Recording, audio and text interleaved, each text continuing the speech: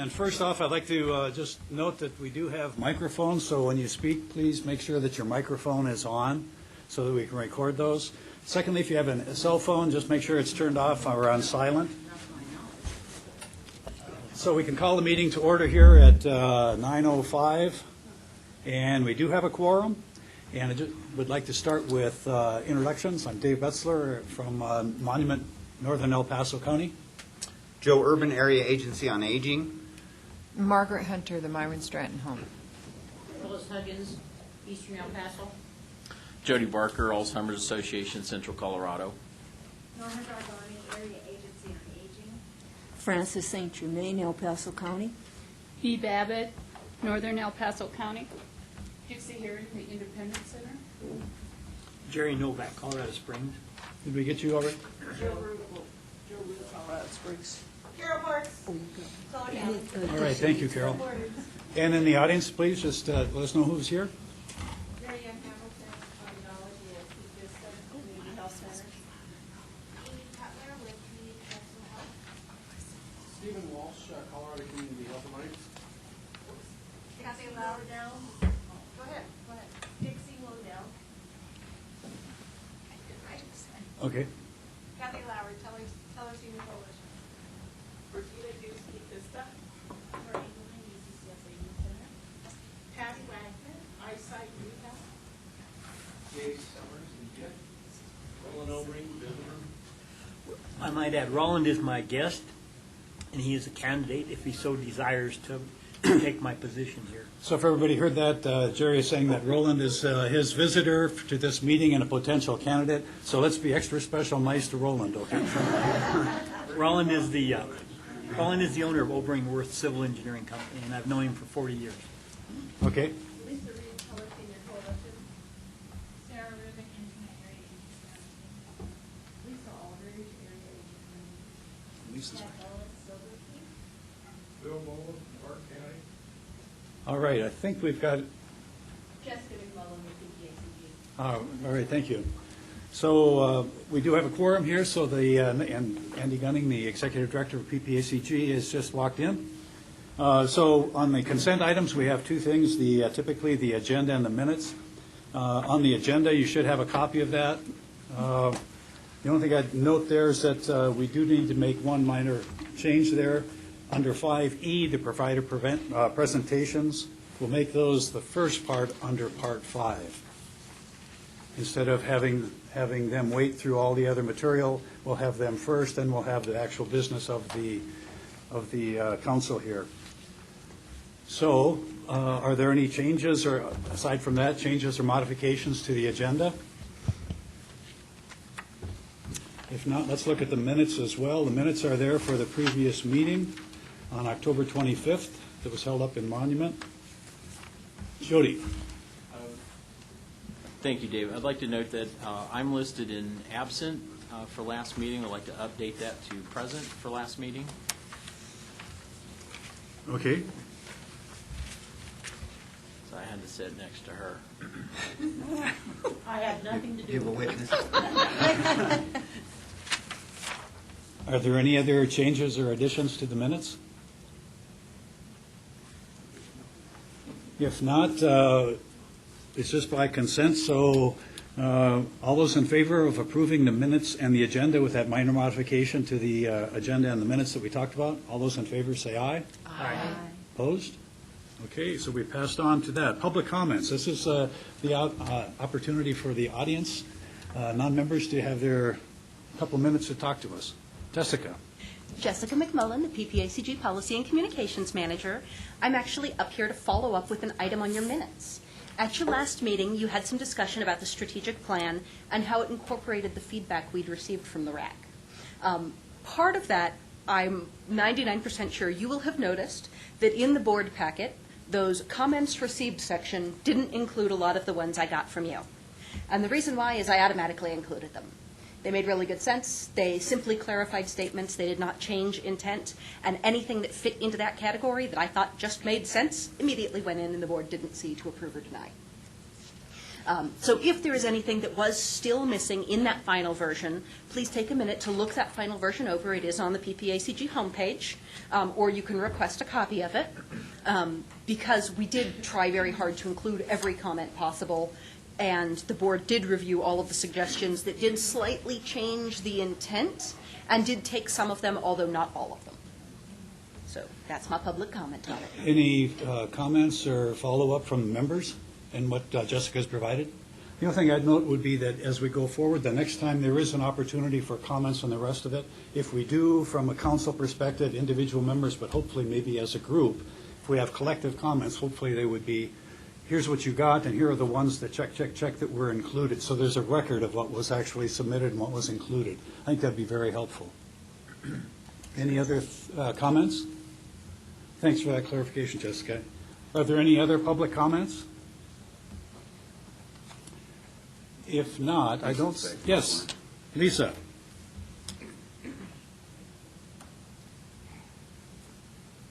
Morning, Lisa Aldridge.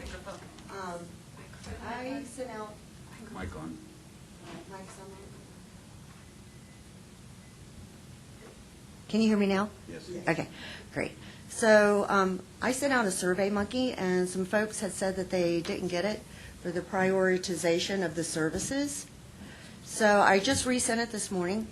So I tried to print hard copies, but we have to upgrade to a paid plan to get the hard copies, which is kind of ludicrous. But I'm going to see if I can cut and paste and crop and put something together and send that out as well. So if you fill that out, then I'll just do the data entry into Survey Monkey when I get it. I've only had 7 responses, and that's not really a large sample. I sent it to like 45 people or so. So if you would check and see if you got it, so that we can get the prioritization of those services into our 4-year plan, that would be great. So if we didn't get it the first time, are you going to send it? I sent it already again this morning. Okay. And once you get the inputs from some number of subset of that 45 people, is there a deadline that you're working toward? Well, Joe's going to start working on the writing. This is for the 4-year plan. The For the year. priorities for the 4-year plan. That's a key Yes. point, okay? Yes, thank So you, it's Dave. really important piece to make sure we look at that Survey Monkey and reflect, based on your experiences and backgrounds, reflect what you think are the appropriate priorities as we go forward in 2019. Yeah, it's really easy. It'll take you 5 minutes to fill out. But if you, just in case you don't get it, like I said, I'm going to cut and paste and crop and send a copy to you that way, so you can just print it and fill it out and return it to me. So, Joe, you're going to start actually developing the plan with the information you've gathered around early December, mid-December. So if you could maybe sometime, maybe by the 9th, I don't know what day of the week that is. That's a Sunday, I think. That's a Sunday. 10th would be Monday. Okay. So by a week from tomorrow would be great. It literally takes 5 minutes, so. Any Okay. questions? All right, thank you. Thank you. I think that's an important point. We've talked about that at the previous meeting, the importance of the 4-year plan and making sure we get our thoughts and ideas into it. So it's a great opportunity for us to do that. Since I don't see Dixie's here. Perfect, okay. So the next thing on the action items then is the carryover funding recommendations, and Dixie Herring is the chair of the TRS subcommittee. So Dixie? Well, I just want to let you guys all know that the committee met on Tuesday, the 27th of November, to review the proposals for the next round of the dollars that will be available here real soon. I believe you haven't received the option letter yet, but you know pretty much what, maybe you can talk about the money part. Background in there, yeah. We thought this was not going to be a challenging year. It's not as challenging as last year, but we still do not have our second option letter for our federal and state funding. We anticipate that coming in. It was actually supposed to be here sometime in mid-October. When the numbers that we used are pretty close estimates, we feel like, and this is a year where we have a substantial amount of carryover funding because of the chaos that we went through last year and how late we got that money. So the amount of money that was available was fairly substantial, about $1.28 million, I think. and that's probably 4 to 5 times what we would normally have on an average year. The committee, and Dixie will outline this, the committee had quite a bit of leeway to work with there, but still wanted to make sure that we were spending that money right. So we went ahead and approved every request that we received, except for there was a few that we had a caveat where we had questions that we wanted to follow up on. And so go ahead and look that over and see if you have any questions based on what you see here, and if there's any other information that I can provide. I'd add one note on that too, Dixie, is that you can see under the carryover request, the total amount that was we looked at was $554,000, and that the recommendation from the TRS coming to us for forwarding to the PPACG board is $471,000. So there will be another review point sometime probably in January, February, where there'll be another pocket or a pool of monies that will need to be looked at as well. So this is sort of like the first cut of that $554,000, $471,000 is what's been recommended. And there'll be another piece in January, February for providers to look at. In a brief little bit of information regarding the cycle, we waited as long as we could. We felt like we could to be able to get the appropriate approvals and get this money into the hands of the providers so they could start spending it, so we didn't get into the same issues last year. We still have not gotten that, so that's why we went with this particular cycle. We will have another cycle, at which point we will know the exact amount of money that we have remaining to allocate. Which there will be more than what we see left over right here on this, so that'll be great. And with the few that we didn't approve this time, we feel like we'll be able to look at those next time because we'll have some of those questions answered. And Dixie, the two that jump out, of course, are the two Park County ones. Could you give us a little more detail about why those were turned down? Basically, there was kind of a real fast burn rate on some of those, and so there's just some questions about how the sustainability of that will happen throughout the year. And then also just looking at that looking for a little more information based on the expenditures and how that's tracked and how that's looked at. So, is there some policies and procedures in place that put a limit on what is being spent? So just a little bit more information that we're looking for. I could see that you would, especially given that they're vouchers. Yes. That's a little, because so they're it's a little vouchers and they're, oversight than right. just plain reimbursing it. Right. Is there a limit per consumer that is set? Is there some of those types of questions, just so that we understand a little better? Thank you. Any other questions or comments on the TRS carryover material that's been handed out?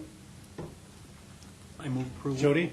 So is there, Dixie, for those two, for Park County, are we just waiting to hear more information for clarification, or is this is what's seeking approval and this is the end of that? Well, this is the approval for this time. We cannot wait for questions to answer before this moves forward, but we'll have another round here around the first of the year, and so that'll give us time to get questions answered on those two items, and then we can go ahead and look at those for the next round. Excellent. Thank you.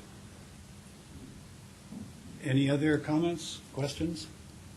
I think, Jerry, I would move that we forward this to the board. okay, so process-wise then, from the TRS, we'd ask that there be a recommendation to forward these to the RAC, and then the RAC, our job would be then to accept that and make an endorsement on it, forwarding to the PPACG. I think that's the process, right? So I make a recommendation to forward this to the PPACG board for approval in their next meeting in December. Okay, is there a second?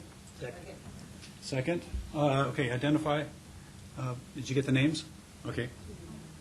Is there any discussion on that? Mar- Question. You said in December, are you having a meeting in December? I thought this was the one for. The next meeting would be sometime after we get the formal letter to know how much money we have.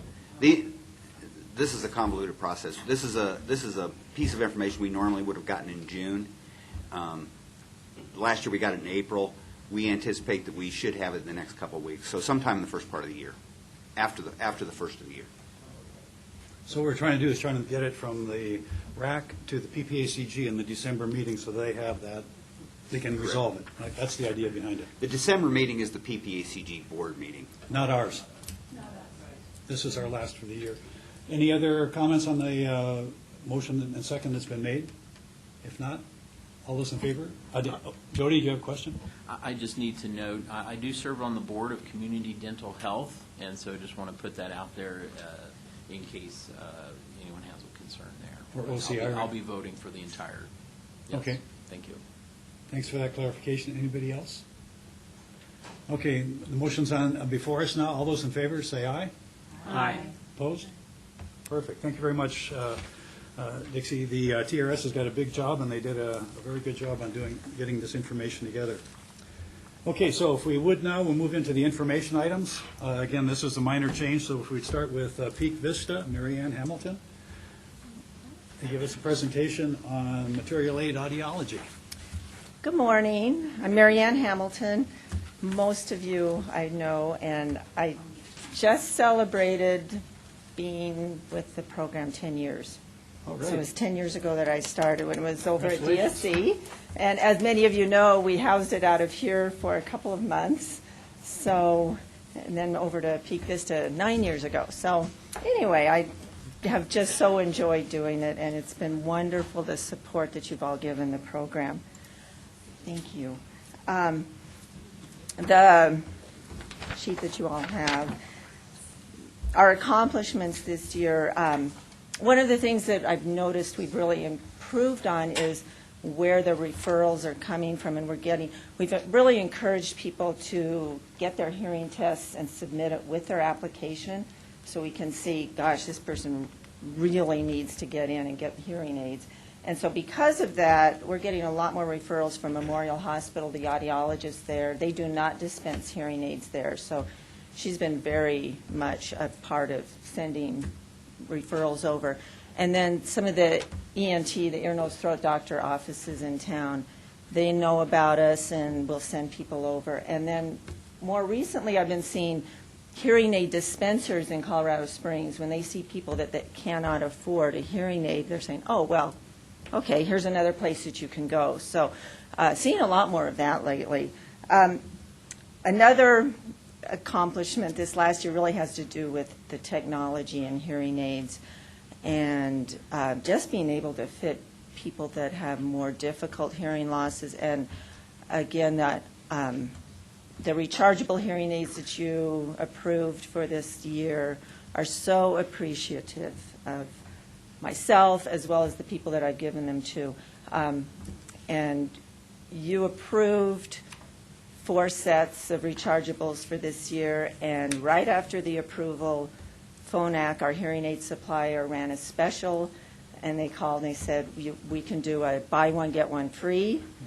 So you approved 4 sets, but I got 8 sets. So, so that was great. And they've gone to people with Parkinson's that they just, doing the whole battery thing is just so difficult. And people with severe macular degeneration, just a number of people that really could not do a hearing aid very well. So that's been great and so appreciative. So with that, then some of our challenges still is reaching to Teller and Park County. I rarely see somebody from Park County. And we're hoping to take our booth, is Ted here? Ted's not here. We're hoping to take the booth out of the Aspen Mine Center. And actually, we're not taking the booth, we're taking the components of the booth, the electrical part. And we're looking at building a soundproof room in our Peak Vista facility in Divide. And it's looking like Brigida's part of us, and it's looking like that will happen. We're talking maybe early in the 2019, so we'll have, hoping that maybe we can go up there once a quarter, and we'll take the audiometer and all of the hearing aid supplies and everything, so that would be more accessible for people from Park County, as well as a more central area for Teller instead of being up in Cripple Creek. And then the other thing that I always harp on every year is if we could get donated hearing aids that people don't want anymore. We send them to Starkey Hearing Aids, and we get an actual credit with them.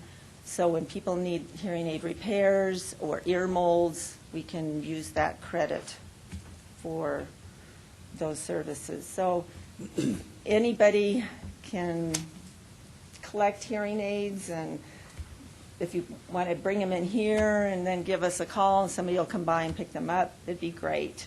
Any ideas on that are always welcome. So back to improvements in technology. I just wanted to do a quick little presentation. Last spring, I asked for a special hearing aid fitting.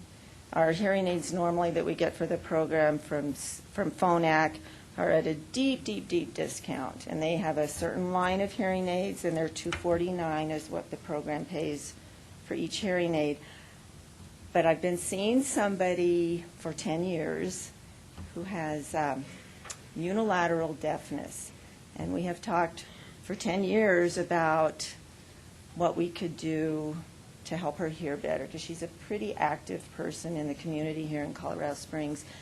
And last spring I asked you for $379 so I could get her it's called a cross hearing aid. And I just thought I would do a quick follow-up on it because she is an unusual case. So she had scarlet fever when she was 18 months old, and that left her with a ruptured eardrum in her left ear. She had two unsuccessful surgeries to repair that eardrum, and then with all of the problems in the middle ear and the eardrum and all, by the time she was 58, she had actually developed a tumor in her middle ear space. So her ear doctor removed all of her middle ear space. So it's basically a dead ear at that point. Then in her right ear, she started losing her hearing in the right ear in the 90s and started wearing a hearing aid in 2000. And then she came into the program in 2006. So that was before I started. So the previous audiologist started working with her when we were over at Easter Seals. And last spring, when she got their new generation of hearing aids came out, and so she got a hearing aid through the program for her right ear. And that's at that time, then PHONAC also had a new generation of a wireless hearing aid. And this is just a quick look at what went on with her. So we have the ear canal there, and then the eardrum. So that's gone in that left ear. Then the three bones there, that's where the tumor was. So all of that space was taken out. So all that was left was her inner ear. And this is in 2006, what her hearing looked like. So on the left there, the circles are her right ear. So she starts out normal, and then she goes kind of to a mild to moderate loss in that right ear. And then the left ear is basically a dead ear. It's a profound hearing loss. It's unusable. Then this last spring when I tested her, and she had other tests in between there, but she had dropped in the right ear down to more of a moderate to moderately severe loss. So her previous hearing aids were outdated and lower level technology. So what that causes, having a hearing aid in one ear, a dead ear in the other side, is she can't localize sound very well. When she's in a group, somebody's talking on the poor side, she's not sure what they're saying, trouble at a distance, noise in the car is especially difficult. Her daughter takes her around to all of her appointments, and here she's sitting there with her daughter. Her poor ear is on that side, can't hear in the car.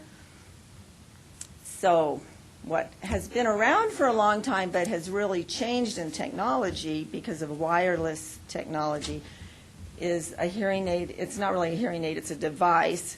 It's called and it's contralateral routing of a signal. So what happens with the device that I got for her that you approved last spring is the dead ear, so her left ear, has this that looks like a hearing aid on it. There's a microphone in there.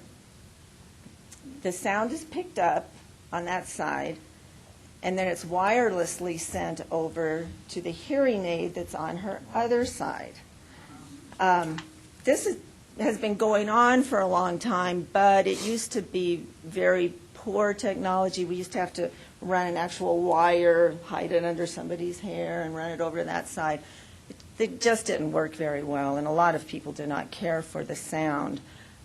But the benefits are that following a conversation, during a group, sitting at a table, just can follow it so much better, especially with noise, and can stay focused on what's going on, and there's no surgical procedures required.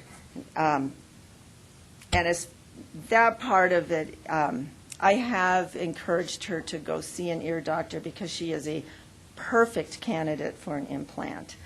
But she feels because of her age and because of all of the unsuccessful surgeries that she's had, she was unwilling to go down that road. So that's the benefit of this, is that there is no surgery involved. So what she has told me since she got her cross device and her new hearing aid is she's involved in the library, a library group, and she said it is so much more enjoyable. She can hear what people are saying.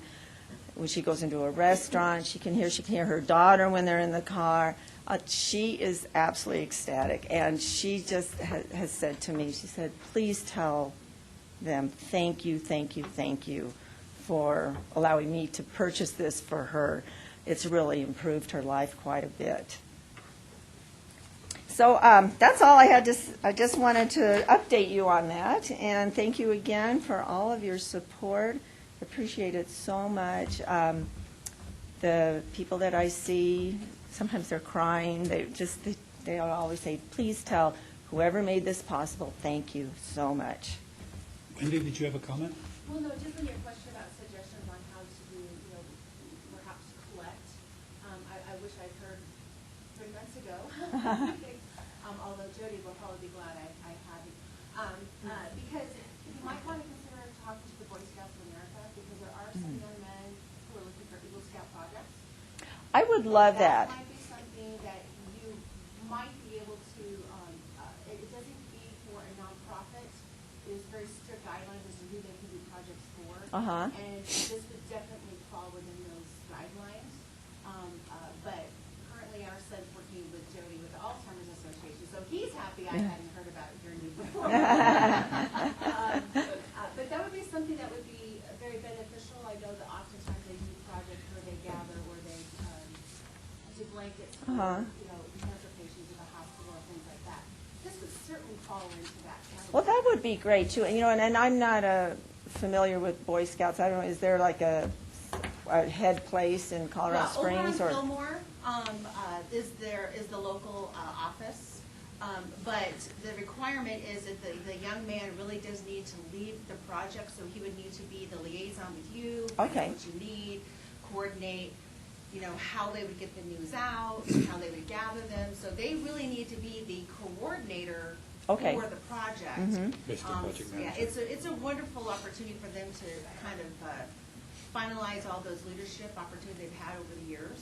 Well, that would be great, and we've talked about putting something here, like a collection box or something. I don't want the whole germ issue. We need to, I don't want people coming in and handing hearing aids to people that you would all have to handle yourselves. If we had some sort of box, and if somebody could, and call and say, there's some hearing aids here, because we want to get them out of there. We don't want them growing something in there. So. Well, so that would be a good opportunity, because they would have to have some part of the project plan would be that they would need to know that if if they made some boxes, and it would be for a certain period of time, that they would need to go back and collect them at a regular interval, whatever you would suggest. But I would just call the local office and just say, hey, I work with Peak Vista, and this is what we do, and if there's any young man who is looking at doing that Eagle Scout project, we would love to be on the list. Would the Independence Center be okay with us doing something like that? And putting in a box there? Because that would be another good place to go. Yeah, along those same lines, I would recommend talking with the directors at the Fountain Valley Senior Center and the Colorado Springs Senior Center, because I know at the Colorado Springs Senior Center, calls are made regularly for people looking for homes for retired implements like that. And so if they know that they have a place to send them, either send them directly to that individual directly to you, or to collect them on your behalf, you'd have a partner there who's getting those calls regularly. We'll do that. Jerry? Are your services age restricted or need-based? So it's 60 and up, and then, and of course in El Paso, Teller, Park County. So on the application, they need to fill out their income level. When we go to a waiting list, that income level really That's how you prioritize? prioritize, yeah, as well as if they're disabled. And last year, we started also using severity of hearing loss. Okay, thank you. But, yeah. In the audience? Release. Oh, that would be great, too, yeah. Okay, good, thank you. And same thing? Okay. All right, well, yeah, and if we could get our Boy Scout to put together a good box, we could put them at those places. But, Okay. yeah, but in the meantime, yeah, if you have any, if you know of somebody that's looking to donate their hearing aids, if you want to hang on to them and let me know, that'd be great. I'd just like to throw out a comment here. I think that what Marianne has presented is really like a great example of the value of what the RAC does. Here's an opportunity now because of her presentation here. There's a whole bunch of other opportunities where she might be able to gather more hearing aids to support that group of citizens that need that assistance. I think the other piece is that her first words were, okay, the money that was approved last year, our recommendation that went to PPACG and was approved, the money that went to Peak Vista for this audiology program, here's a testament. Here's an example of exactly how the value of what we're doing. So I think that's an important piece to keep in mind as we go through this. Sometimes we get the provider, and it's sort of like, okay, a lot of information, but you don't realize, okay, you're really, really impacting individuals. And I think that's really a key thing that we're trying to get across. Okay, thank you very much for your presentation. Excellent. Next on the provider is Patty Wagner from Eyesight Rehab on education and counseling. We should note that Wendy Farr has appeared as well. I was at the airport with my mother, putting her on the plane, for her heading off to her. That's right, okay.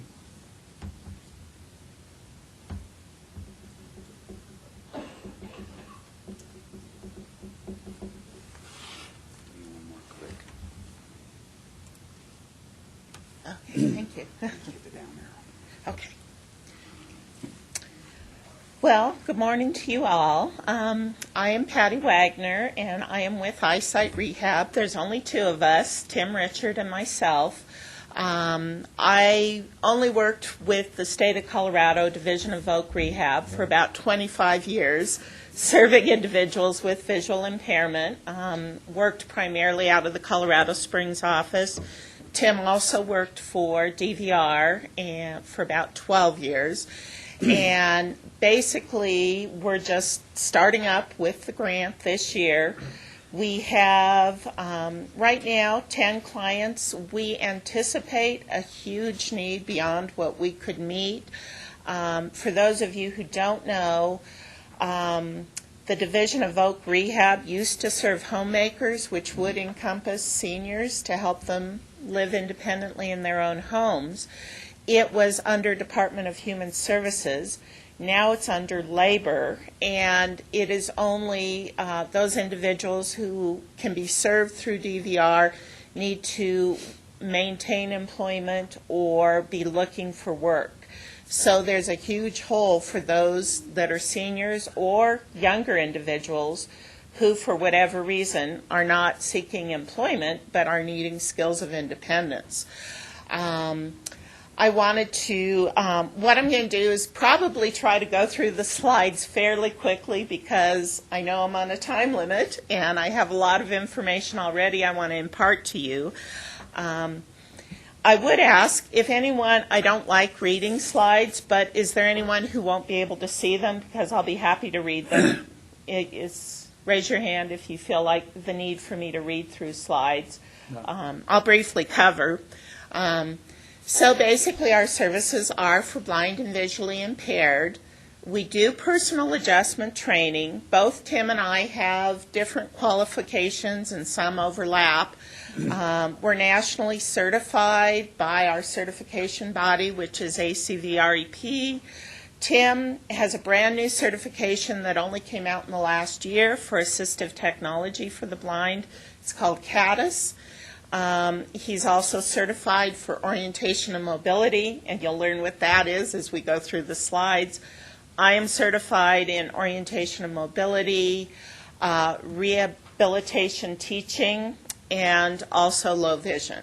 So between the two of us, we kind of encompass those areas. So this is kind of the main emphasis of what we've been using the grant for. So here's kind of the list of the different training. Tim, unrelated to the grant, is running some sessions related to recreation and leisure as well. So orientation and mobility, as you can see, it's showing someone with a long white cane, covers everything from getting around in your house to getting around in the neighborhood. Could be as simple as going to the mailbox to get your mail. Could be as complex as learning to get around Colorado Springs, using public transportation, using ride services. We also have both worked with people with dog guides. They go out of state to get those dogs, but often need orientation when they come back to their home community. Cane training is unique to the orientation and mobility profession. Physical therapy and occupational therapy obviously cover some of these areas, but they don't have the expertise in blindness, and they don't have training in use of the long white cane. I was going to stop to give an example. One of the gentlemen that I'm working with now, he lives in Peyton, and he said a couple times, whoever funded this, tell them thank you so much, because he had open heart surgery about 8 months ago, and as a result of that, lost a great deal of vision. He's got some light, but in his program, he got some OTPT through the hospital. They purchased a cane for him. He got some inappropriate training with the cane. They told him to whack it down the halls, and a doctor stopped him and said, don't do that. You're going to wake all the patients. And he didn't even know about the training. He carries a big wooden staff with him. He's a burly guy, was a contractor. He's not a veteran, but he was like a veteran contractor. Anyway, we have been working on use of the cane, and he said to me, where were you 8 months ago? Because I really wish I'd had this service then. And he didn't have a decent cane tip. There's different types of cane tips. He lives in a trailer in rural Peyton, has fallen a couple times because of the rough ground out there, etc. So that's just one example of the effect of the orientation and mobility training. Another quick example is an elderly lady who we got the referral just a few weeks ago. She was hospitalized as a result, basically can tell light perception. She had good vision in one eye before. Daughter called desperate saying, Mom's coming home. I got the call on Friday. Mom was coming home on Sunday. We don't know what to do in the house.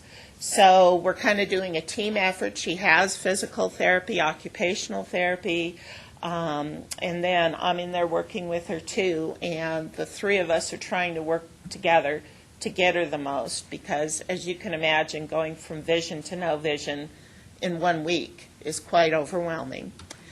Daily living skills, this can be anything you might think of that you do from when you get up to when you go to bed.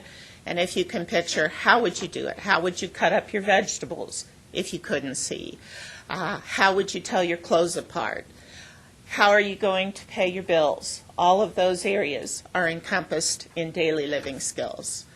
Adaptive communication, a lot of people instantly go to what's in the picture, Braille.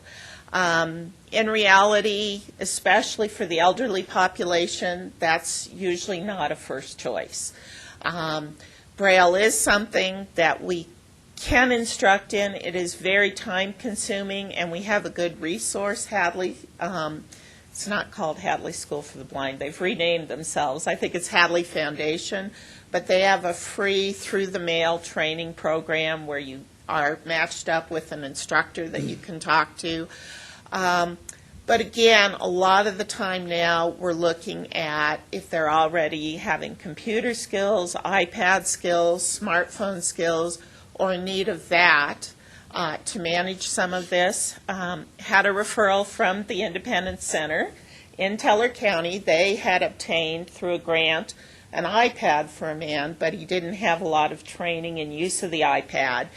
And so I'm working with him. He's using the iPad to schedule appointments. He's trying to find a new place to live, so he's using the internet to do some searches. He wants to move eventually to Colorado Springs. And so while it was a great resource, he's really appreciative of the training so he can make great use of that iPad. Assistive technology, so I started already talking about that, can be anything from computers, magnifiers, and like I said, smartphones. Another example, the same gentleman I was telling you about that had the open heart surgery, he didn't have anything magnification-wise. I talked to him, had him go back to his medical professionals, got a referral to Dr. Theeney of Low Vision Services here in Colorado Springs, and he just saw him maybe a week, 2 weeks ago. He does an hour-and-a-half exam. This gentleman's pretty low income. Dr. Theeney had a donated closed-circuit television, which is like a TV screen magnifier, and he's donating, as of last week, he should be getting that. Those magnifiers new are in the $2,000 to $3,000 price range. So again, showing low vision, this gives you an idea of what that type of magnifier, this one's not on a computer, it's a big cumbersome one that this gentleman's getting. But we can also do some assessments. I like to work, and I should work in conjunction with the ophthalmologist, the low vision specialist, in terms of looking at the magnifiers. Sometimes even one of the things you see there is sunshades. We call them filters. And it's amazing, especially for our low vision folk, how the effect of glare and finding the right filter and the right coverage, that can actually, they'll say, oh, there's prescription in this. It's not prescription, it's just we've cut out the glare to enable them to see better. Recreation and leisure, that can be anything from cards, either large print, these are a little bit larger print, and Braille. There's games adapted, there's goalball, there's an organization in the Springs that does downhill skiing in the winter, tandem cycling, all of those sorts of things. And so we don't have an office. We work from our homes. We go see people because the nature of vision loss is that it is difficult for them to get transportation to us. So when we get a referral, we'll go meet them in their home. That's also probably our best place to do assessments because especially if they need to get around, like the lady I mentioned returning from the hospital. We're still just working at getting around in her home, getting from her bedroom to her kitchen to her dining table, and obviously we couldn't do that work anyplace but in her home. And so here are, again, what I mentioned, the different categories of specialists that provide. So those 4 categories you're seeing up there, we kind of have them all covered in one way or another. And so types of equipment that people may need, we've talked about the canes, digital voice recorders. If they don't have a smartphone, that's a great way to take information down. We talked about the closed circuit TV. Simple things that are really inexpensive that make a big difference, bump dots. Putting a dot on the oven at 350, putting it on 30 seconds on the microwave, because again, just seeing those sorts of things, and we've obviously done that with several people. Writing guides, large print, bold line paper, bold markers that don't bleed through, adaptive kitchen aids, there's knives with cutting guides, there's black and white cutting boards to heighten contrast for low vision, talking watches and clocks. Through the grant, just delivered last week a talking clock to a lady. She wanted the alarm. She's also hard of hearing. And so this is just a button on the top. She can push it and get the time. And then the alarm can be set on that as well. The computer, if someone is computer literate, there's a lot of programs out there. Some are pricey, some are free, especially with the smartphones, iPhones in particular. There's built-in accessibility, but again, it takes instruction in how to use those accessibility features. And so basically we're at the point of questions. I was going to say right now we're serving 10 people. We've done some outreach. Tim had done some presentations before we got the grant. We're planning in the new year to do some more presentations. I was working recently with A3, which is part of American Council of the Blind in Denver, and we have gotten some referrals from them as well, but a lot of times retirement centers, those sorts of places, there's quite a few individuals, particularly with macular degeneration. And just kind of knowing the audience in the room, I was also going to say the Independence Center has given us some of our referrals, as I mentioned. And I have one gentleman I heard someone over here from Myron Stratton. So there's one gentleman that I'm working with there as well. So questions? A couple. Do you also have available magnifying, instead of a handheld, something that would be hands-free? Yeah, again, a hands-free magnification, depending on what the need is. My preference would be that they go through, like Dr. Theeney or the ophthalmologist. There are some simple ones if they're, still what I would call high-low vision, because, if they just need a bump in power, there's the kind that will sit on the chest that you can work under.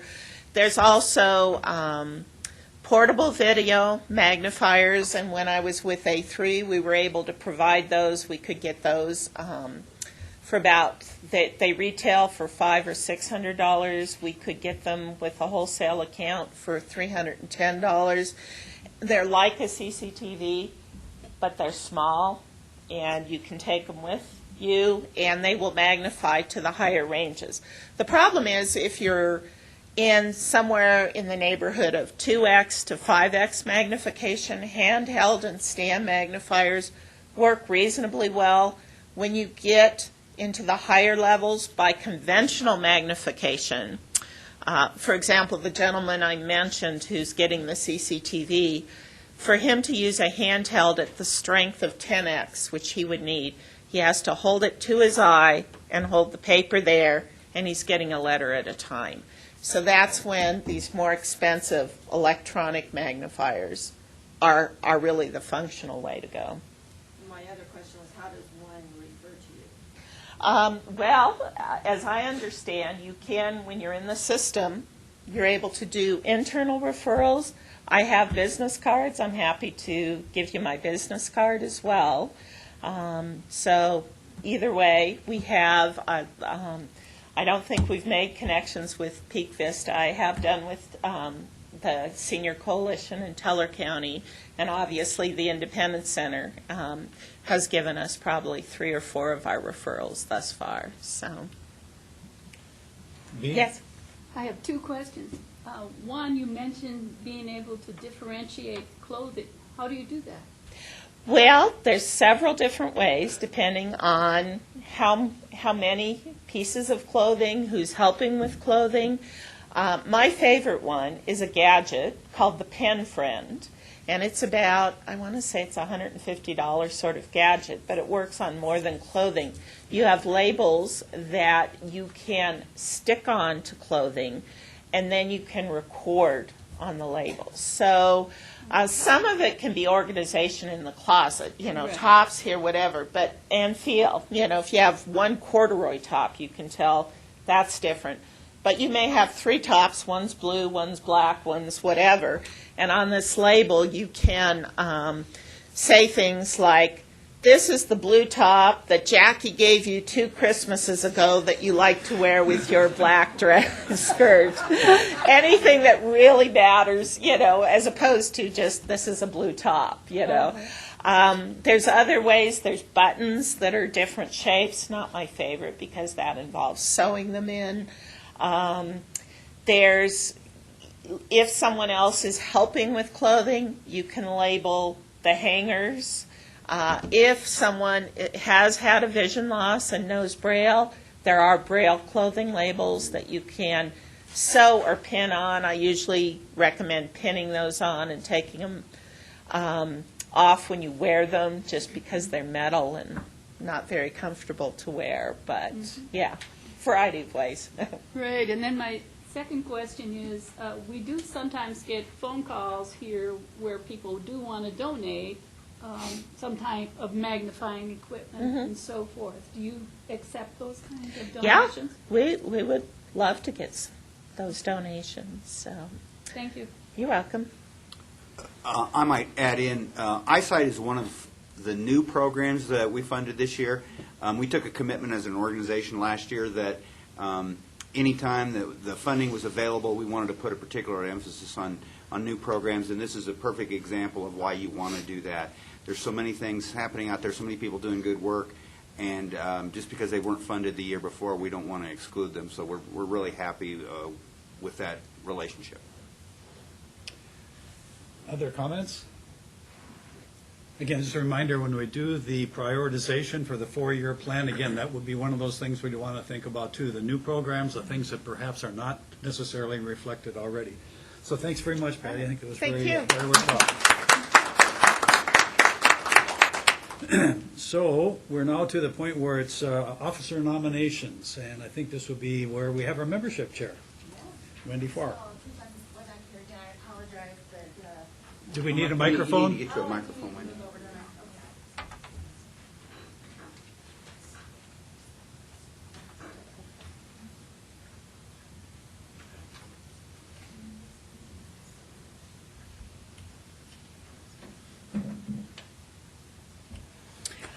Again, apologize.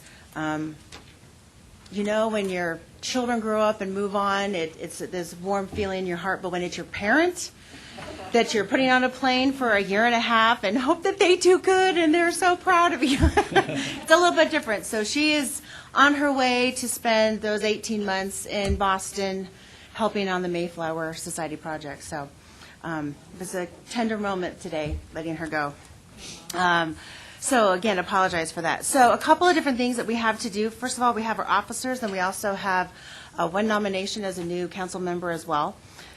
So let's do the nominations for officers first. For those of you who are unaware how the terms adjust and change every single year, and like who's on the council, who's not. So just as a refresher, we have, each of our terms is 3 years long, and it is a calendar year, so if they come in during the middle of the year, that means that you don't get that full year. So it is from January to December. So let's say we have someone new that comes in and we approve them and they come in March, technically that person would not get to have a full 3-year term. Does that make sense? Because they come in the January. And so because we get the 3-year term, and then at the end of that 3-year term, they then are given an option as to whether or not they want to continue with a second term. So total, altogether, they can do 6 years. Then after 1 year of being off of the council, there's the option if we want to offer, or if they're interested, to be able to invite them back in.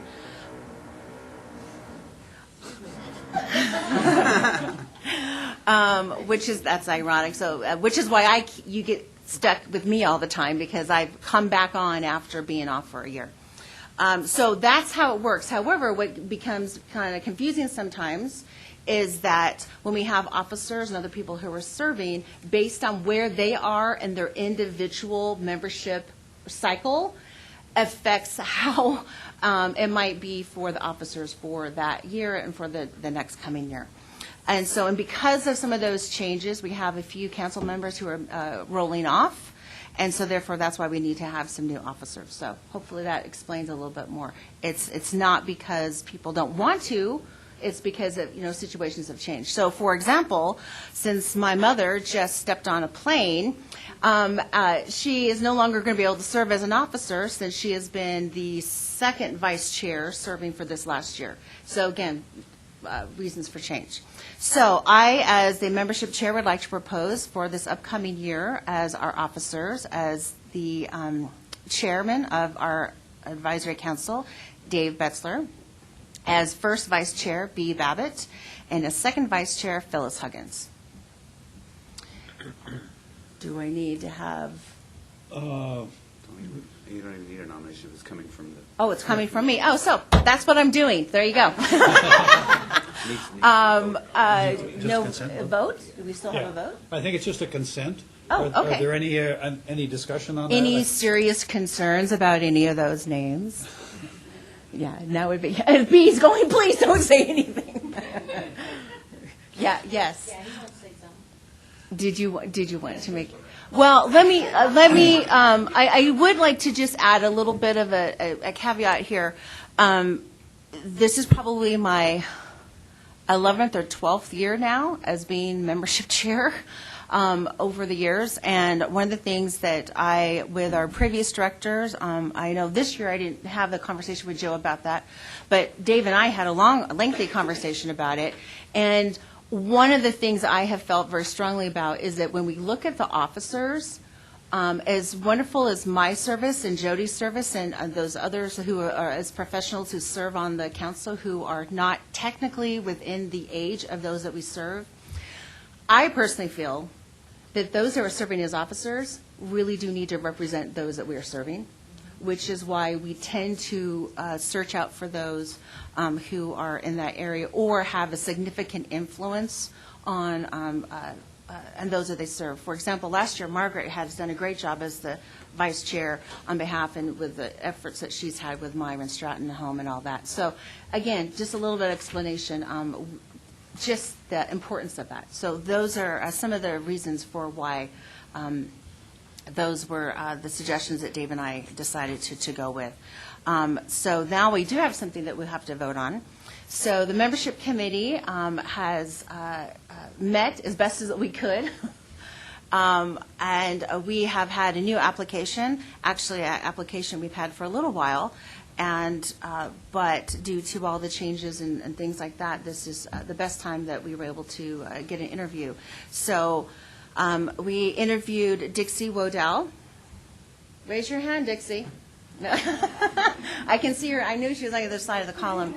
And I just want to say that Lucy and I were the only ones at this time who were able to people with vacations and holiday plans, how dare you?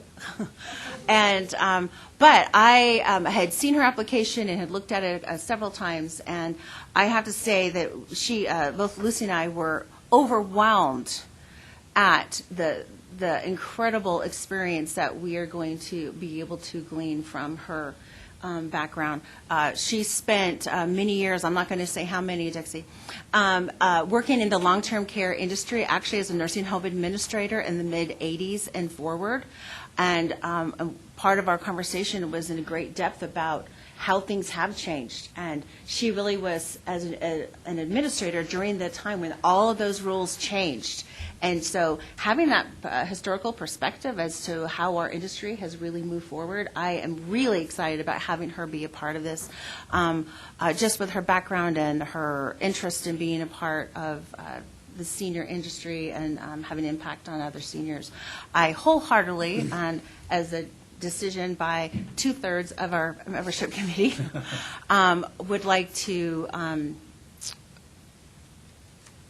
what's the right word? Endorse, thank you. Dixie Waddell is our newest council member, which would begin in our January meeting. All right. That's our dental provider, by the way. That's right. That's right. Thank you, Jerry. Yeah. He's like, no, I don't think so. Yes. So I do believe we need. So we have a vote. we have two things. One by consent would be the officers. Yes. There have been 3 names that have been proposed, and by consent, it would be just all those in favor say aye. Aye. Aye. Opposed? Okay, so that we've approved the officers for the new year. And then the endorsement that has been made here from the membership committee for us to accept Dixie Rodell, is that your last name? Waddell. Waddell. Okay. And again, it would be, I think it's a great background that you've identified here. I think she'd be a great addition.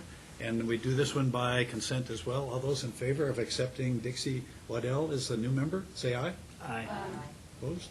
Perfect. Welcome. Yay. That means she gets to stay and eat, too. Okay. Wendy, we still have vacancies, right? We do still have vacancies. I believe, okay,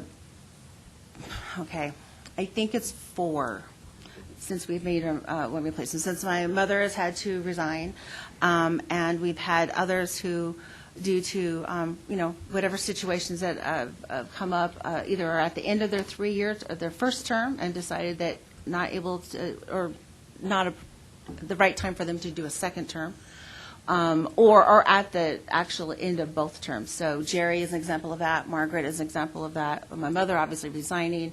And so I believe Norma that there's 4. and Joe. And Norma, that's right. And Joe Joe. is. Joe, I thought you had 1 year left. We're going to need to talk about that. I believe Carrie's information showed you still had 1 year left. Yes. However, so yes, we do still have, obviously, vacancies, whether I will let Joe leave or not. I'm just going to be over there. Which means you can just step right back up here to the table.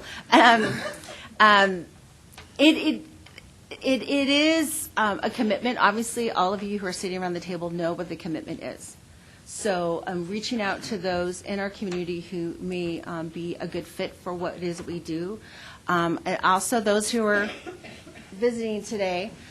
I think today is a good example of what it is we do by looking at the funding and the committee work that Dixie and her team has done with the funding for the technical review subcommittee is important.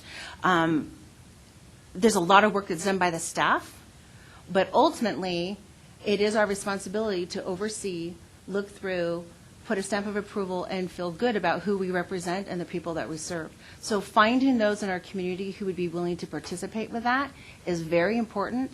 A full slate would be 20 people. And another thing that I've been very aware of over the years, and we talked about as far as a committee, as far as membership, is that those that we are usually reaching out to are retired, which means they're allowed to go on vacation. I mean, they're allowed to go visit family. We allow you to go not be here every single month. And so the commitment is important, but it's also not expected that you will be here and you're not allowed to miss. I mean, obviously that's not, I mean, even those who think that they have full-time jobs, we can't always be here.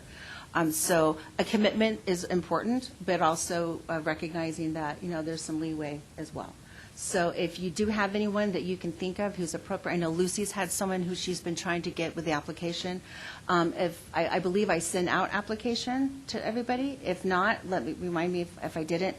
But please get that to them, whoever you think would be appropriate, and then have them complete that, and they can send that directly to me or to Joe here, or the staff as well.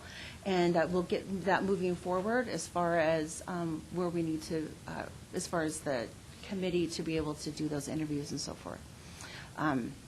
Any other questions? If anybody has any suggestions, people? I will say, although, in regards to those who are visiting today, I know oftentimes you're representing those who are providers. There is a conflict of interest situation.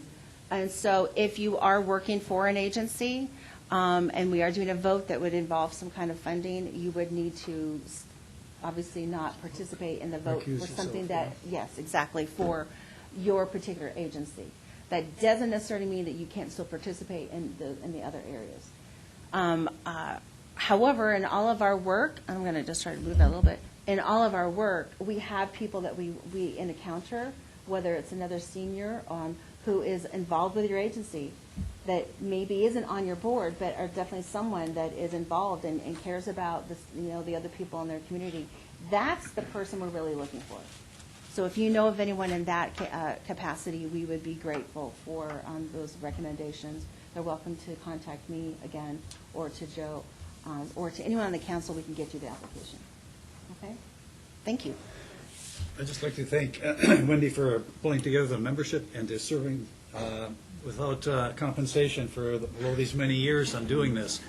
Sometimes it's a very difficult job, but we really do appreciate it. And obviously she has her heart and her mind focused on the needs of the seniors and making sure that we have good representatives that are willing to devote some time and effort here at the council to provide that support to the seniors in the area. So thank you again, Wendy. Smiling faces, all the compensation needed. I think I was involved with every one of you.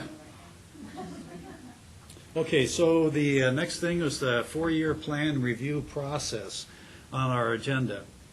And Bea and I had a lengthy conversation on the ride home from, where was it? Teller County, when we were up there, Divide, yeah, when we had that meeting. And that kind of carried over into some of the discussion at last month's meeting about the four-year plan, about our ability individually and collectively as a group to provide comments to important documents concerning the seniors in the three-county area. And specifically, we talked about the strategic plan and also about the four-year plan. So what we've heard now, again, just to kind of rehash where we are then. So the four-year plan, as we understand, the AAA here will be drafting that within the next couple of weeks, starting with that. Starting in the next couple of weeks. Starting in the next couple of weeks. And the drop-dead date, or the due date for that plan, is in March timeframe. So from a RAC perspective, we have the obligation as part of our bylaw responsibilities is to look at those documents and to provide comments and recommendations for incorporation in that document.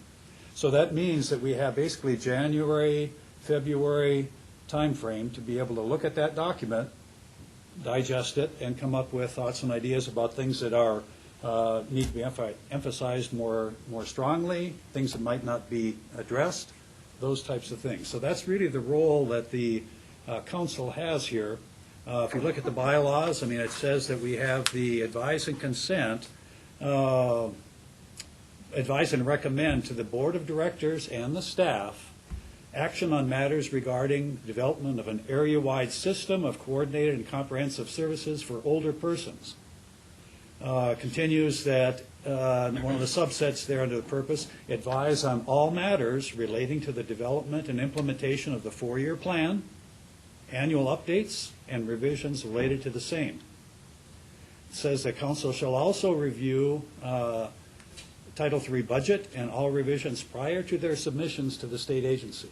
So this is from the bylaws. So, you know, we sometimes kind of get wrapped into the routine, if you will, of what we have the providers come in, we talk about the regular things that are ongoing here. Sometimes we probably need to focus a little bit more closely. Okay, what are we actually chartered with doing?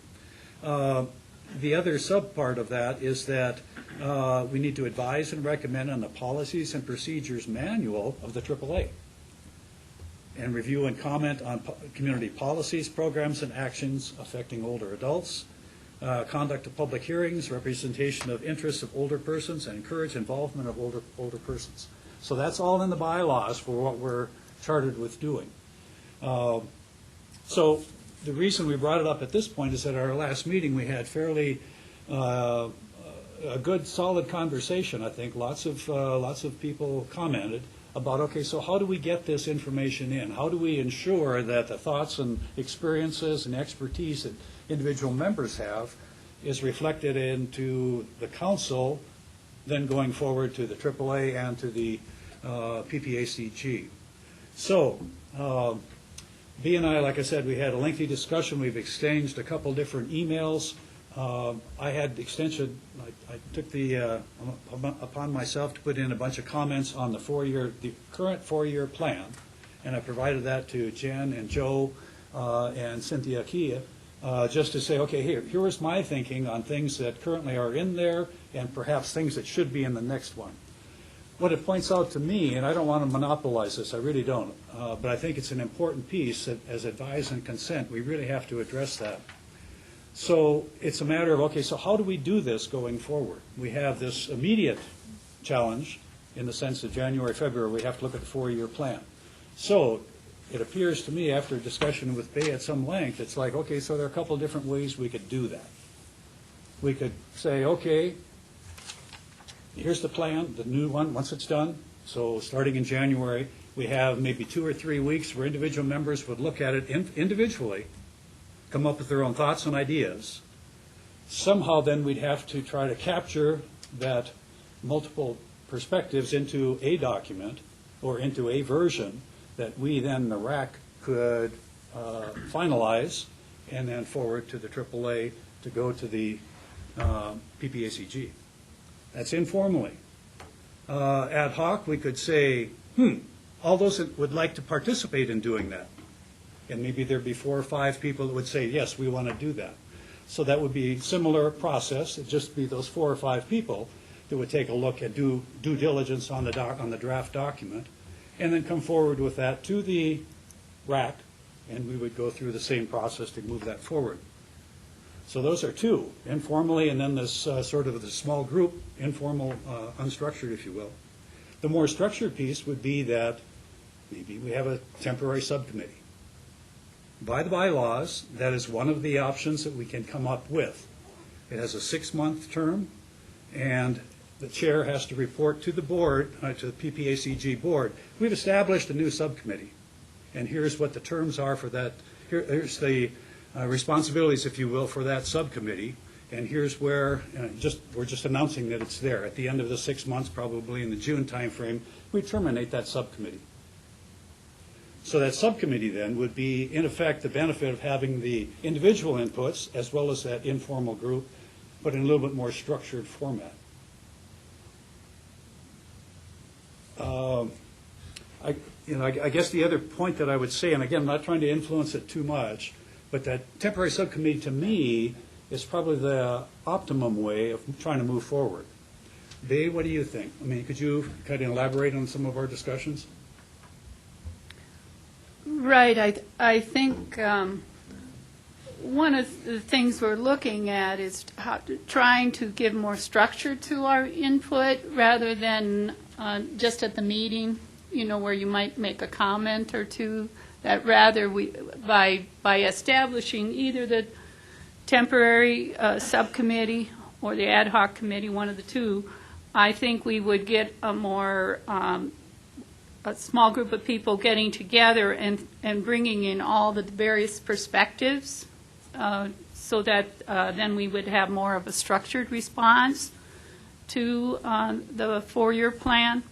I think one of those approaches might be the best, and as you say, probably the temporary committee might be the better route to go. I'd be interested in hearing what other people would say about.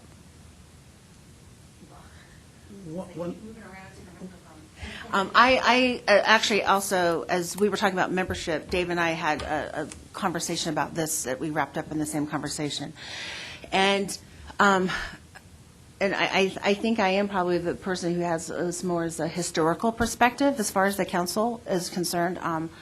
And this will probably be my third, I might have to go back and count, but I think it's at least my fourth 4-year plan that I've been a part of. And yeah, I'm trying to figure out how that works. And so I've seen it done several different ways. One of the things, and the conversation I had with Dave, that I do like the idea of this temporary subcommittee, because similar to what the TRS does, is taking a lot of information and zeroing it down, that there's 4 or 5 minds that are really working and truly addressing all the different aspects, as opposed, and then I have complete, full confidence that if my council members who I have been working with were just take time in that process, that what they came up with, I would be fully and complete confident that they had come up with some really good answers and decisions, just as we do with the TRS. We have not done a temporary subcommittee in the past on this particular topic, but I do think it would be something that would be beneficial. Historically, for myself, I have been on the TRS in the past, and I found it to be very helpful to understand how the funding is done. I, however, am not a mathematics person like Jerry is, and I find that it hurts my head, so I haven't been in the last few years on the TRS, but I understand it because I've done it. And I think that's important. So what I would suggest as far as doing a temporary committee is for those who have not been a part of that process before and truly understanding how to prioritize what our commitments are going to be to the community and to the services that we offer, I would strongly encourage anyone who's not been a part of that to want to be a part of something that would be this kind of a subcommittee, so that you can have that experience, because that would then give you, again, that education and that opportunity. So that's how I would suggest, as far as establishing that, someone who's willing to head that committee and then meet maybe a couple of times maybe in January, and then we'd have our meeting the end of January, and then a second meeting maybe the middle of February. And then to kind of pull those things together, again, very similar to the structure that the TRS group does. However, something I just want to add, our February meeting is a very big meeting, because it's that health fair with all the providers. We don't have the time during that February meeting, so I agree that I think it needs to be a separate, but if we have like 2 other additional meetings, and if there's those who are willing to be a part of that, it could even be done by Skype, or it could be done by conference call too. So my 2 cents. I'd kind of piggyback on that too. I think that the important piece is that it gives us somewhat of a structured approach moving forward, so that we have, here's the considered inputs, if you will, from the individual members, now wrapped into this recommendation going forward on that document. And the other point to that is that, this is not just a one-time deal. This is the 4-year plan. That's the most immediate issue now. But there might be other things, as I touched on the bylaws, where we, over time, might have to address more robustly, if you will. Yes, question?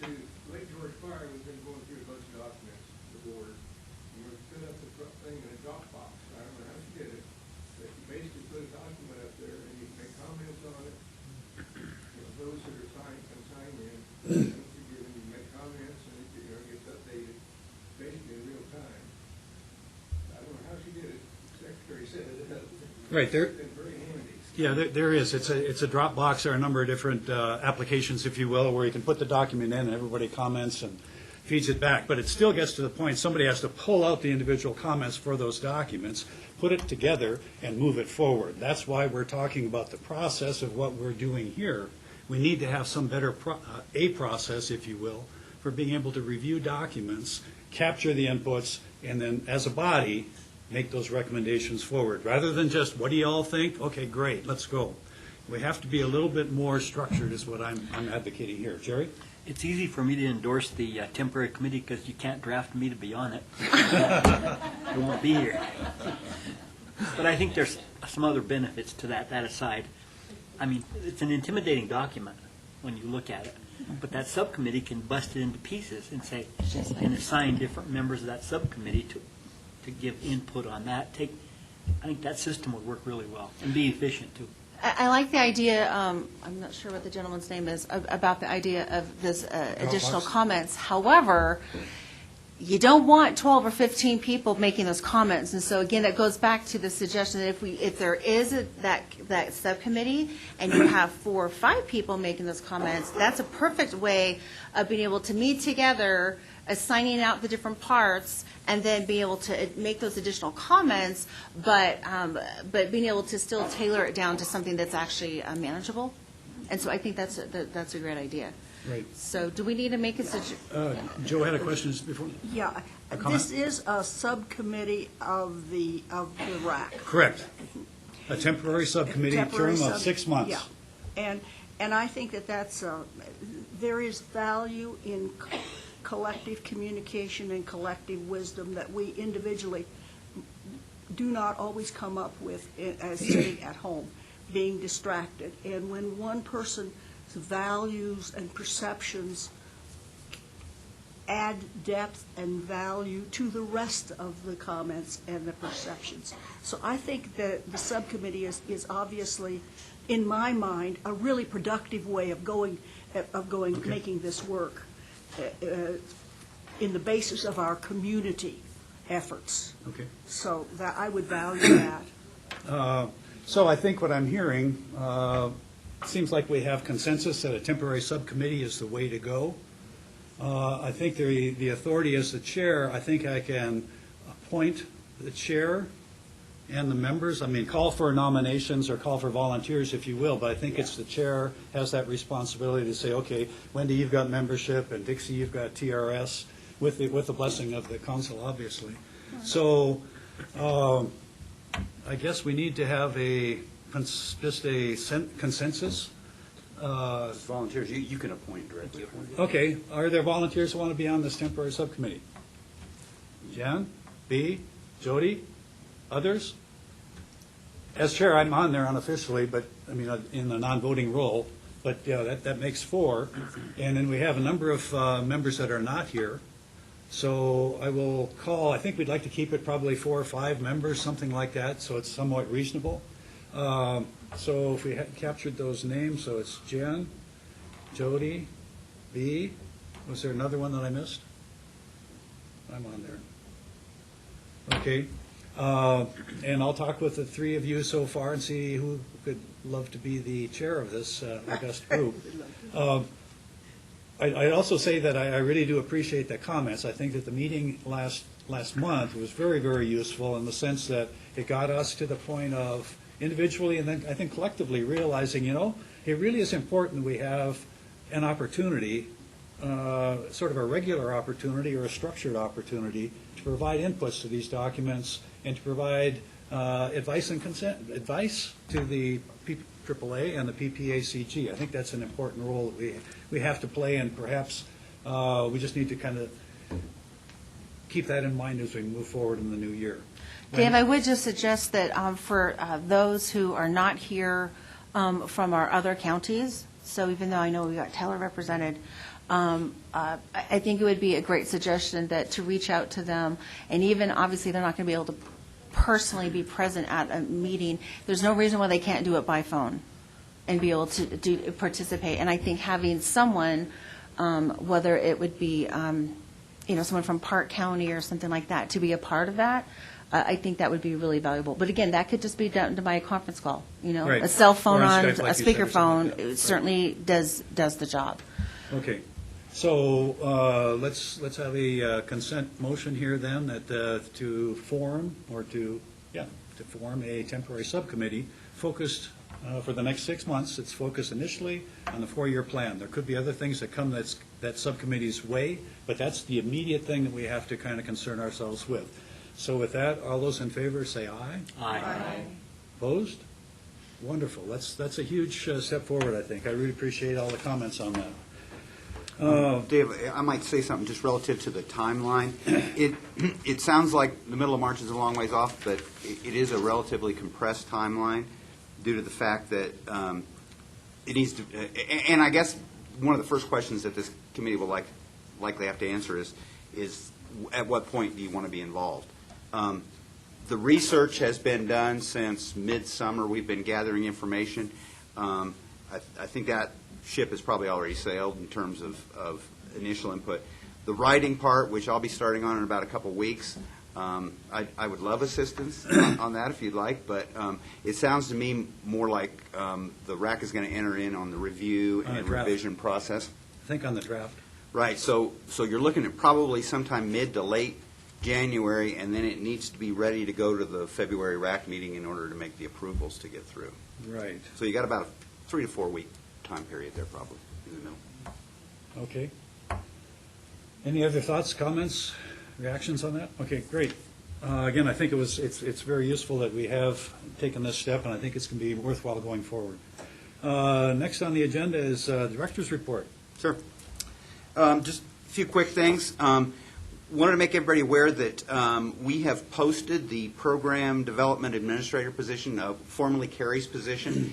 We've changed the job description just a little bit relative to that. It's really going to be probably a little bit more heavy on the program development side, less on the administrative side, and added some components in there relative to grant writing and developing ways for us to bring in additional revenue to supplement those new programs that we want to do. So if you know anybody that's capable of that, I'd have them at least look at that job description. It's posted on the PPACG website. It's under, you have to dive down 2 or 3 pages to find it, but I can also get you copies of it, paper copies if you'd like, or send you the link, either one. That person will assist greatly with the final part of the 4-year plan, but more importantly, with a lot of the other things that we're doing in terms of new programming. We've taken a commitment to get out and look at all those new programs and look at ways that we can not only develop them but also fund them and expand them in the future.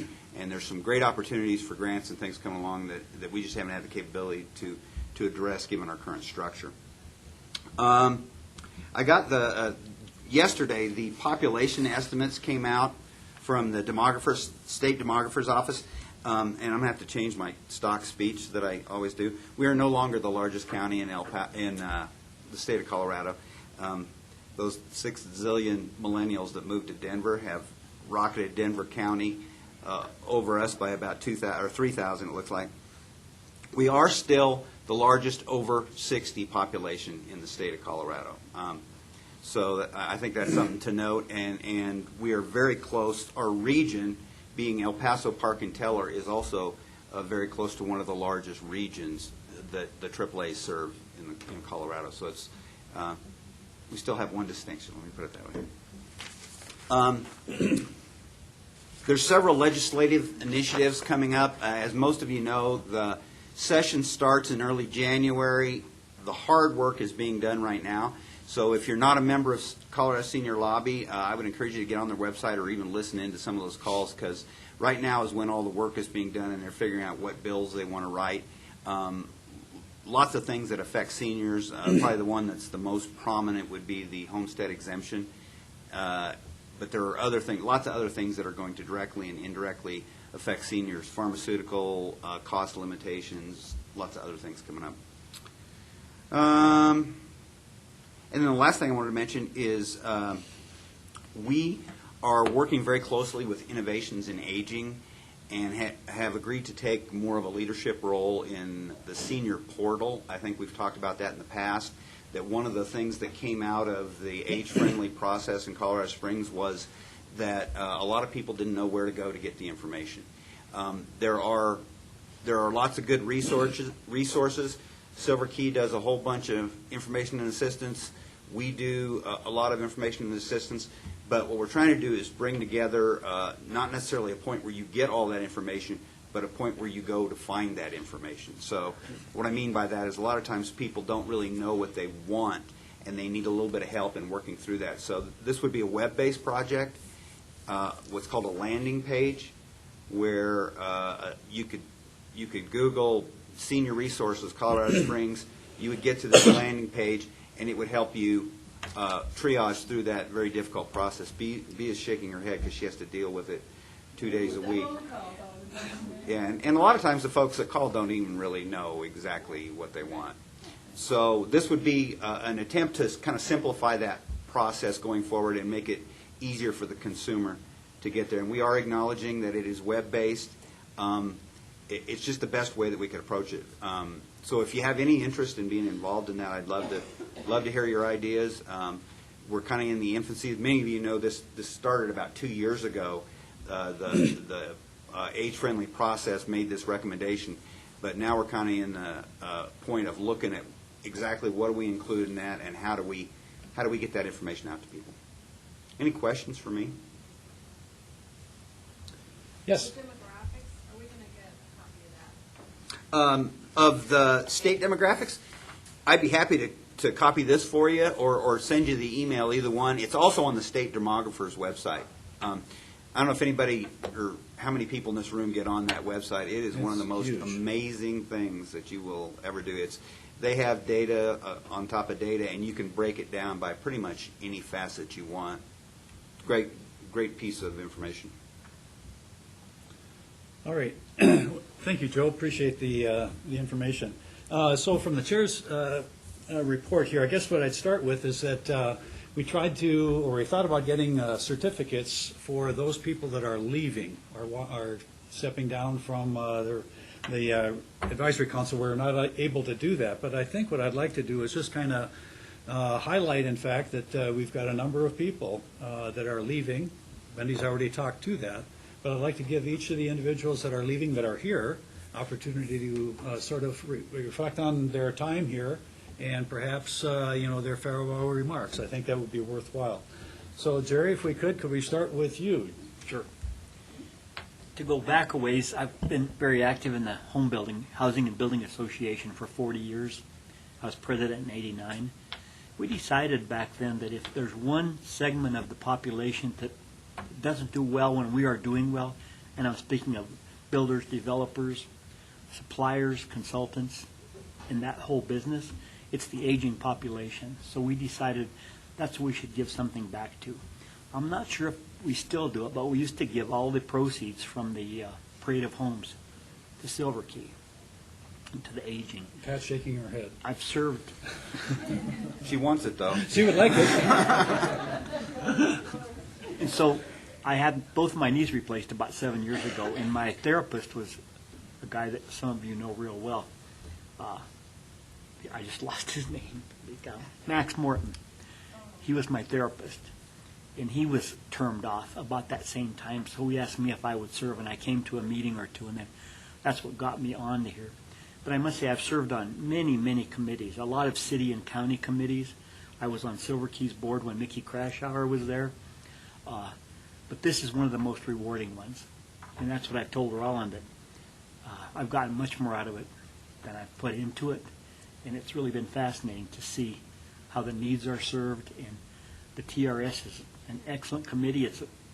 It almost doubles the time that you're going to be put if you don't do that committee. But it's well worth it. I called it the God Committee. Some of you might remember, because I'm playing God. Who gets this money and who doesn't? But anyway, thank you, and I will miss this place. And Margaret is... I really enjoyed being a part of this group. I had no idea that you all even existed when I first heard about it, really. I'm a nurse, and I am I got several hats now.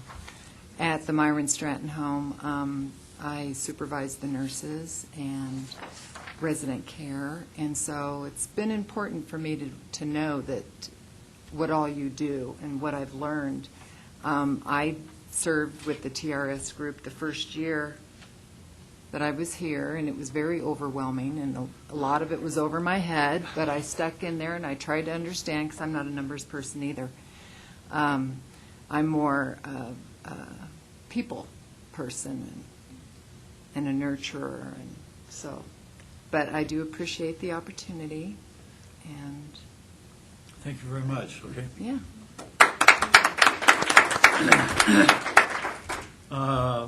Let's see, and Joe? Or- Well, my record. Your mother? She thinks you have another year, but you're more than welcome to still say I don't have another year right now. That's right. Either way, she's resigning, so. She's resigning, okay. This council is, in my perception of what is possible, of how it's possible to bring a community together, to form the opportunities for individuals to express their needs and to get their needs met, and how can we as a community support the elders better. When I first started working, understanding of the importance of gerontology, when we said gerontology, we really didn't know what that meant. What we really needed to say was nursing home, because the nursing home or the poor farm was traditionally the two areas that you either were cared for at home, or you went to a nursing home, or you went to the poor farm, or before the 60s, we sent our persons with Alzheimer's to the state hospital. So those were the choices. And then all of a sudden, we realized that was neither really wanted by each individual senior who was aging. We needed something more. And we wanted to do it at home, and how would we do that? We wanted to know more about our own health, and how could we improve our health. Not illness, we already knew about illness, but we wanted to stay healthy, and we could take responsibility for that. And I saw the RAC as a formal agent that could bring us all together as individuals and as a community. So I thought this was a pretty great place to hang out. I still think so. That's why I've been referring to those seats over there. I thank you for the opportunity to share this really dedicated group of people and to work with you all. Thank you. Thank you. And Norma, I think you're another one that's going to be leaving us. Yes, I am. Is there a microphone? Yes. I'm a pretty That's quiet not it. person. But when I found out about the RAC, Carrie was the one who approached me to join the group, because I had the everyman's kind of perspective on things. And I've learned so much about all of the different organizations in town, and the businesses in town, and the opportunities in town that provide services for seniors that I had no idea about. I've never been to the senior center because I have an active life, and it just seems like, why do I ever want to go there? And yet, I can see as I get older, there is probably going to be a need for me to be socialized there with other people.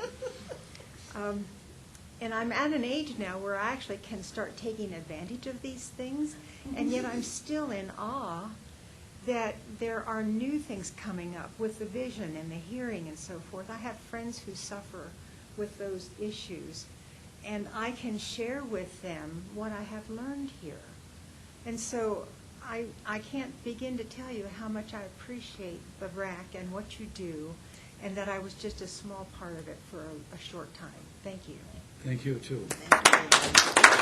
So, Dave, I will actually just leave a couple of words. I know that as far as how my mom has felt about being a part of this, she actually was still full-time working until she was 72. And when she made the transition and she moved from, and she had lived in the Washington, D.C. area and had worked on government contracts and was a full-fledged professional supervising 35 to 40 people at any given time. When she made a decision to retire, she was very nervous about retiring and what she was going to do, and how could she possibly be happy and content in Colorado when she'd been in Washington, D.C. with all the amazing, wonderful things there. Well, I am happy to report that because of the senior center and all the other things that, Pillar and all the other things that she got involved with, she definitely found the opportunity to fill her time. However, over those first couple of years, I do think she started to, and she's expressed this to me several times, to start to think of herself a little bit less, meaning like, oh, I'm just a retired person now. And there was a situation she had. She was volunteering for an organization, and not treated very well with the respect of her experience that she'd had. And I kind of reminded her, I'm like, Mom, you've been really awesome. And so how that reflects on this is that being a part of this council reminded her of the value that she had. And being a part of the TRS, and going through those numbers, and she's not a numbers person either, but going through that and researching and learning and going over the request for proposals with the providers, it really reminded her of the value that she has had over the years, and that she's not just an older person who's now retired. She still has a lot of value, and quite frankly, and I can say this because she's not here, I don't know if she would have made this decision to dedicate a year and a half of her life if she hadn't had this council to remind her of her value. Oh, thank you. I honestly don't think she would have been able to do that. So, thank you for accepting her. I had no idea. I appreciate it. Thank you. Thank you, Wendy. I think the comments that we've heard from those that are leaving, I think just reflect again the importance and the value of the organization. And I think that we got to keep in mind too, not only are we sort of the go-between between the individuals that seniors that need services and the providers, but we're also the one that make and strengthen the work of the AAA. We don't exist as just an organization. We do our thing and throw it off there. We really are the arms and the legs. We help the AAA get the recognition and and establish the reputation that they have across the state. So, I mean, that's a really important piece. The last thing I'd say on that as well is that there's intrinsic value that we each get from doing this, and we gain by talking and hearing the discussions and building relationships amongst ourselves.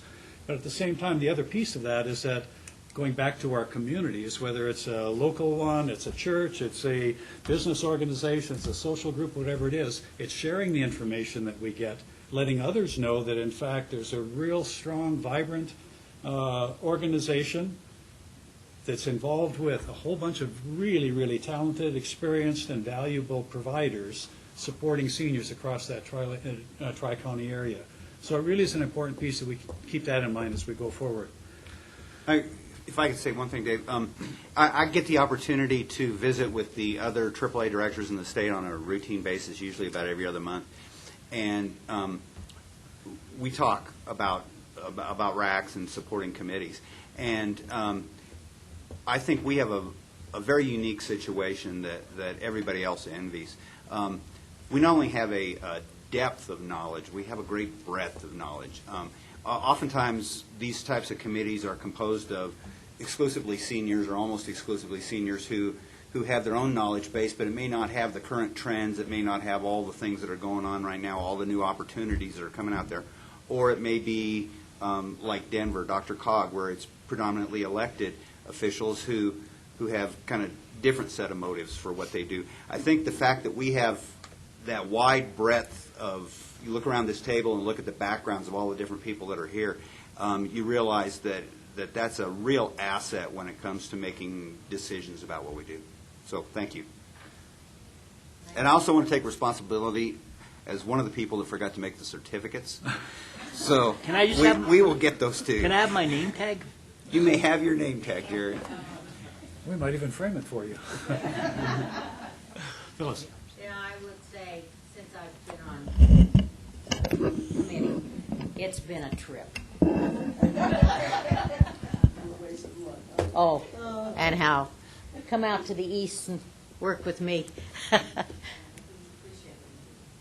It's interesting to try and help all seniors, being a senior. At least I can tell them where to go in more ways than one. You knew that was coming, didn't you? Yeah, exactly. I was responsible for her being here because I've known her for like 14 years. So.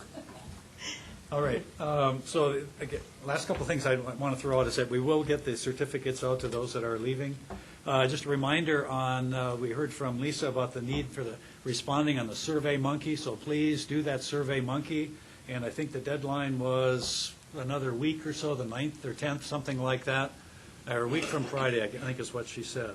So we have to do the Survey Monkey. And then the other thing, just keep in mind, is we've talked about membership and people leaving, but we need to be always keeping in mind that we're trying to attract new members as well. So just keep that in mind. So the next thing then is on calendar events, AAA events. Are there? Probably the one thing that I would want to highlight is, I know at least 2 people in this room know the significance of next Friday because their workload drops in about half. Friday is when Medicare open enrollment ends. If any of you have been in the office in the last couple of weeks, yesterday we did pretty close to a record number, I think, of folks that came through the office. So it's a huge time for us. If you know folks that need information on Medicare resources, we are, as we always say, the only people that don't sell something and have the best information. We are the state health insurance office. So if you need that type of information, we'd love to supply that. Okay, community information. Any members have any thoughts and information? I have several, and I apologize. I actually have 3 separate things. First of all, and I have them on my hands, I'm going to pass them around. I have been a part of the Pikes Peak Advocating Collaboration and Coordination Transitions. I never say it right, Jen. And Jen is actually on the steering committee for this. It really is those professionals in the industry helping to make smoother transitions from whether it's hospital to rehab, from rehab back to hospital, from hospital back to home, or whatever it may be. One of our subcommittees has been working on advanced directives. And we are very happy to announce that in conjunction with the palliative care subcommittee of the ethics meeting, we actually have a website. So I'm going to pass this out. This card actually has the website. It's palcarenetwork.com. The reason it's important is that they have done all of the work, and they have found the 10 best advanced directives information available. So whether it's for a person, an individual, for a family, or whether it is for a professional that you can take back to your organization, you actually go to the website. There's a lot of good information on the website, but in the top right corner, as with almost all websites, there's a menu little bar button. If you click on that, it will. One of the options is the 10 available options, I guess, as far as not research, but resources are available. So for every organization, if you have someone who you know needs to get their advanced directives done, you can go to this, you can click on the menu, click on the 10 resources, and you have all that you need to give that family as far as what they need to do. So I'm going to pass those around. Is that Colorado-specific resources, or Jen? They are. Well, they're Colorado-specific, some of them, but a good deal of them are national. The forms are recognized nationally. I think it would be wonderful, though, if it was included in the senior portal. Microphone? If you were able to put the website link with that senior portal from Absolutely. Innovations in Aging. Yeah, That's great. Sure. And big surprise, I'm the education committee chair for that group as well. The second thing is that I have a girlfriend who is actually organizing a Santa for seniors this year. And on December 20th, she's hoping to be able to take gifts to the surrounding nursing facilities and hoping for donations. She's asking for people to purchase or to make a fleece blanket and have it wrapped that they will be giving to the area seniors in the different nursing facilities. So if you would be interested in purchasing 1 or 2 blankets, or even if you want to make some, you can get a hold of me, so I can give you my personal business card before you leave. And they're going to be passing those out so that those who don't have family for the holidays, that they will actually at least have some gift that would be wrapped that would be given to them. So, and you're welcome to give out that information to anybody else as well. They wanted to do them by the 20th of December, so I would say by, like, say, the 18th, if you want to somehow coordinate with me, I'll come pick them up, or we'll get somebody to come get them. So, and I'm assuming like a lap blanket size, so they'd be appropriate in the facilities. And then the third thing, and this is more of a personal note, I am on the Public Affairs Committee for my faith organization, and for the Church of Jesus Christ of Latter-day Saints. And for our 13th year, we are providing a creche display. If anyone knows what a creche is, it's a French word for the nativity set. So it's actually for the nativity. It's called a creche. And we have over 750 creches that have been donated for the weekend for display. It's at the Lexington building, so if you are on Research Parkway in Lexington, it's that great big huge LDS building there on the corner. You can't miss it. This weekend, so Friday from like 1 o'clock until like 8 or 9, and then Saturday, same thing, all day until the evening as well. At 6 and 7, both nights, is going to be a live nativity.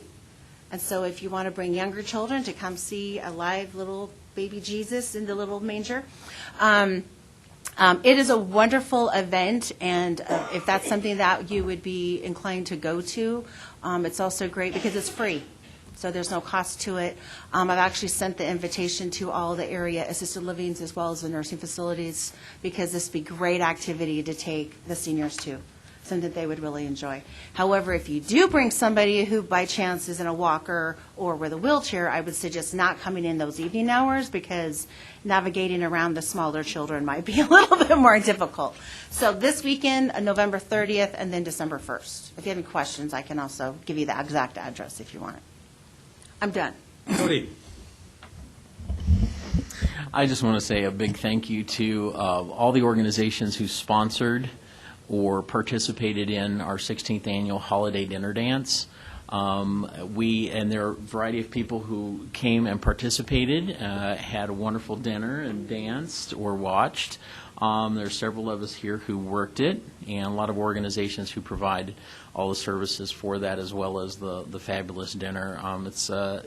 The holiday dinner dance is an opportunity for seniors to come and dance, have a free Thanksgiving dinner, and regularly, despite weather, we have never stopped. We have never canceled it for weather. So 2 weeks ago we had the ice storm on a Saturday night. We had it anyway, and we served over 500 people dinner and beautiful dancing, music. And Joe and I made gallons and gallons of coffee and lemonade, as we have done for many years. So I just want to thank everyone, and as you start to hear about it, it's really just a really neat opportunity. It gives people an opportunity to get out and get dressed up. They dressed, casual to the nines. So it's just a fantastic opportunity to just have a good time together. So as you start hearing us talk about that, you'll probably start hearing announcements in June, July. You figure out how you can be a part of that, or come and ask Joe or Wendy or myself if you have questions about that. So thank you, everyone. Any other community information or events, activities? I'd just like to note before we move to adjournment, would be recognize again that we have a new member that's sitting over here, and everybody should say hi to Dixie. And also Roland is a prospective member back here as well that Jerry brought in, so please take time to talk with him, and if he has any questions, please interact with him and let him know that we really do appreciate your coming and attending. So our next meeting then, this is the end for this year, for 2018. The next meeting will be on the end of January, same time, same place. And we now have, just before the adjournment, just note that there is the potluck afterwards, so we do have that, and we have time to enjoy that. And please, we invite everybody else that's here as well. Please join us in the same time. And I should have mentioned, I'll be looking for another volunteer opportunity to replace this, so if any of you would know of worthwhile causes that might need someone to be on a board or something. Not you. I will contact you in 11 months. Okay. Oh, I should have seen that coming too. So adjournment is the next item. Let's just do it by consent. All those in favor say aye. Aye. Okay, thank you. Okay. Wow. Especially in this corner, because it's the area for the circulation. I think it's chilly, and we're in the lower level. My office, I come in the morning, I think about 6 to 6, so I'll turn on the heater as soon as the sun, because it faces east, as soon as the sun crests and hits that glass, then I'll turn that first out. And there is no glass here, so you don't have that advantage. Yeah, it's a balancing act. This building, we still have some single pane windows, believe it or not, sometimes. Heard you guys had a good get-together. When was it? Oh, with Linda and Rich, yeah. Steve? She said Steve. He's had 8 or 9 back surgeries in the course of time, and yeah, he's got issues. Still got a good attitude. I mean, he keeps good at it, but he's having to. It takes him a while to get from A to B. You know, Right. he chair walks from Right. one place to another, and he's using the walker full time. Yeah, actually, I talked to her the other day. She was in that innovations meeting about the portal. We were talking about a few different things. Yeah, she's working her tail off. That's a job I'm not sure.